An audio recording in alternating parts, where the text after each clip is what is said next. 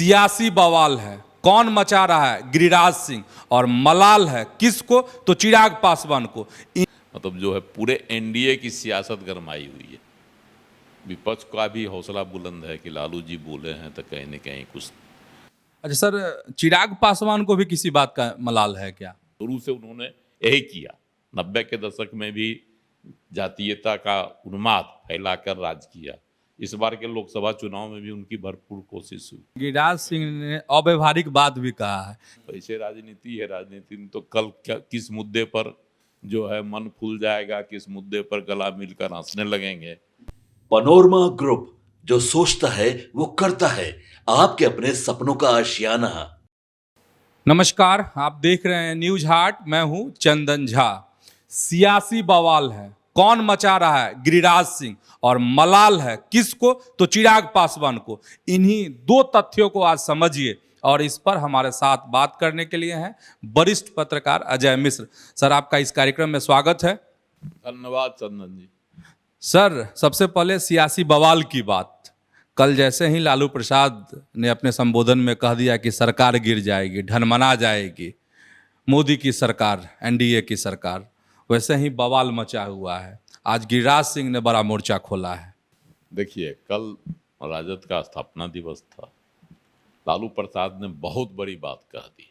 हालांकि उसमें कितनी सच्चाई है, कितनी जो है अफवाह है, यह नहीं कहा जा सकता। लेकिन बात तो उन्होंने कही कि अगस्त में सरकार गिर जाएगी एनडीए की, दिल्ली में, मतलब मोदी की सरकार गिर जाएगी। अभी सरकार बनी ही है और गिरने की भी भविष्यवाणी लालू प्रसाद ने कर दी। तो लालू प्रसाद की भविष्यवाणी में कितना दम है पता चल गया विधानसभा में, जब नीतीश कुमार ने विश्वास मत हासिल किया। उस समय भी कहते थे कि हम खेला कर देंगे। तेजस्वी यादव ने कहा था कि हम खेला कर देंगे। लालू प्रसाद ने अपने चेले अवध बिहारी चौधरी को अध्यक्ष पद से नहीं छोड़ने के लिए कहा था, है ना। खेला करने की तैयारी दोनों बाप बेटे ने कर ली थी। लेकिन सदन में किस तरह से औंधे मुंह गिर गए, है ना, इसका भी प्रमाण है। तो लालू यादव आजकल ज़्यादा बोल देते हैं, लेकिन बोलते हैं तो दूर दूर तक बात जाती है। आज पूरे देश की, मतलब जो है पूरे एनडीए की सियासत गरमाई हुई है। विपक्ष का भी हौसला बुलंद है कि लालू जी बोले हैं तो कहीं न कहीं कुछ तीर जरूर होगा। लेकिन आधार नजर नहीं आता है। आधार तो तभी बनेगा ना जब नीतीश कुमार भड़केंगे,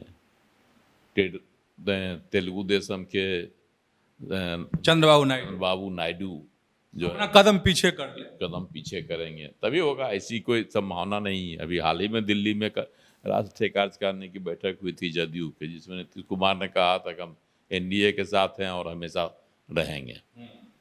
नायडू की भी यही है, मजबूरी भी है नायडू की। तो अब हालात कहाँ से लालू प्रसाद जी को दिखाई पड़ी, तस्वीर कहाँ से खबर आई, लालू प्रसाद ही जाने। इस पर गर्म होना भाजपा के गिरिराज सिंह गर्म हो गए। उन्होंने कहा कि उनको संजीवनी दिए नीतीश कुमार 2015 में।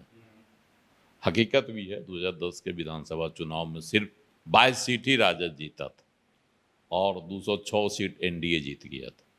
तो भारी जीत एनडीए को मिली थी और करारी शिकस्त राजद को मिला था। तो ये हालात थे, राजनीतिक हालात। तो गिरिराज सिंह ने जो बोला वह भी कहीं न कहीं आधा नहीं, सच के करीब है। लेकिन गिरिराज सिंह ने अव्यवहारिक बात भी कहा है कि लालू का पैर छू लें, उनका फोटो जो है लॉकेट बना लें, ताबीज बना लें। लालू जी के लिए जो उन्होंने कहा, नीतीश कुमार का पैर छुए, उनका लॉकेट बनाकर पहने, तेजस्वी यादव उनके तस्वीर का, और घर में तस्वीर टांग लें, उनको प्रणाम करें। तो ये सब चीज़ें जो है थोड़ा सा अतार्किक है, जिस पर रिएक्शन होना स्वाभाविक है। रोहिणी आचार्य ने भी ट्वीट कर दिया, बहुत करारा जवाब दिया। लालू जी का जो है साख कितनी है राजनीतिक, ये कितने ये लोग टट्टू हैं, डरे हुए हैं, कद बहुत ऊंचा है लालू जी का। तो गिरिराज सिंह ने सियासी आग तो लगा ही दी। एजाज अहमद भी बौखला गए। न कांग्रेस के ज्ञान रंजन बोले कि गिरिराज सिंह का हत्या है, जो मन करता है बोलते रहते हैं, नहीं बोलेंगे तो केंद्र में मंत्री कैसे बना के रखेंगे। मतलब एक हवा जो है लालू प्रसाद ने बना दी, और इस हवा को जो है लालू प्रसाद कैश करेंगे। स्वाभाविक है कि भाजपा के लोग बिगड़ कर कुछ से कुछ बोलेंगे, जैसे गिरिराज सिंह ने बोल दिया, इस पर बयानबाजी शुरू हो गई है। तो ये सब जो चीज़ है लालू प्रसाद यही क्रिएट करते हैं। उनके बातों में हमेशा से अगर आप पिछड़ा वाला जो है ना सुर रहता है मिला हुआ, कि इस तरह से रिएक्शन होगा, इसका क्या प्रतिफल होगा और इसका क्या राजनीतिक लाभ जो है राजद उठा सकता है या लालू प्रसाद और तेजस्वी यादव उठा सकते हैं। लालू की यही फितरत, राजनीतिक फितरत, शुरू से उन्होंने यही किया। 90 के दशक में भी जातीयता का उन्माद फैलाकर राज किया। इस बार के लोकसभा चुनाव में भी उनकी भरपूर कोशिश हुई। कल जो राजद का स्थापना दिवस मनाया जाएगा उसमें भी यही कोशिश हुई, आरक्षण का रागा लापा गया, है ना। तो ये सब जो है, ताकि आरक्षण के बहाने जातीय ये जो होता है सद्भावना, जातीय सहानुभूति, इसको बटोरा जाए। और अभी तक लालू प्रसाद उसी आरक्षण की रट लगाए हुए हैं जिसके सहारे 2015 में फिर से उनको नवजीवन मिला था और संजीवन मिला था। यह भी हकीकत। गिरिराज सिंह जो बोलते हैं दम होता है, लेकिन गिरिराज सिंह को थोड़ा संतुलित बोलना चाहिए, यह भी सत्य है। इसीलिए लालू प्रसाद इस तरह की बयानबाजी कर देते हैं। और कल आपने देखा होगा, खबरें पढ़ी होगी कि तेजस्वी यादव को मलाल है अपनी मेहनत पर, है ना, अपनी मेहनत पर मलाल। उन्होंने कहा भी कि थोड़ी और मेहनत करते तो और सीट जीतते। इसका मतलब उनको अपनी मेहनत पर मलाल है, ये है। जबकि उन्होंने 250 से अधिक सभाएं की, वह भी हेलीकॉप्टर्स गर्दा राज्य में उड़ा दिया। तो अब विधानसभा में कितनी मेहनत करेंगे कि अपनी सरकार बनाएंगे जैसा दावा उन्होंने किया। तो इधर चिराग पासवान भी लालू प्रसाद जी के बयान पर भमक गए। उन्होंने कहा कि 5 साल तक केंद्र की एनडीए सरकार को, मतलब नरेंद्र मोदी सरकार को कुछ होने वाला नहीं। और उन्होंने यह भी दावा किया कि 2025 में बिहार में जो है एनडीए की सरकार बनेगी, वह भी नीतीश कुमार के नेतृत्व में बनेगा। तो और उन्होंने आधार भी बताया बहुत। तो अब है कि 2025 का विधानसभा चुनाव फोकस में आ रहा है, चाहे वह महागठबंधन की ओर से हो या एनडीए के लोगों की ओर से हो। तो बिहार की सियासत अब उसी पर केंद्रित हो रही है। यह भी तय हो गया है कि नीतीश कुमार के नेतृत्व में ही एनडीए लड़ेगा और महागठबंधन जो है तेजस्वी की अगुवाई में ही लड़ेगा। लोकसभा चुनाव भी तेजस्वी की अगुवाई में ही लड़ा। बिहार की राजनीतिक समीकरण विधानसभा की ओर केंद्रित हो रही। चुनाव पहले होता है या अपने समय पर होता है, यह भी एक मसला उछलता है, दबता है, फिर आगे चलता है, बढ़ता है। फिलहाल वह मामला दबा हुआ है और जो अनुमान है वह चुनाव अपने समय पर ही होगा।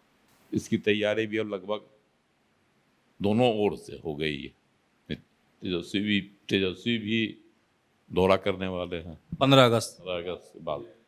कार्यकर्ताओं का भी मनोबल बढ़ाया है, उनको धमकाया भी है, चेताया भी है कि अगर शिथिलता बरती गई तो इसका परिणाम भुगतना होगा।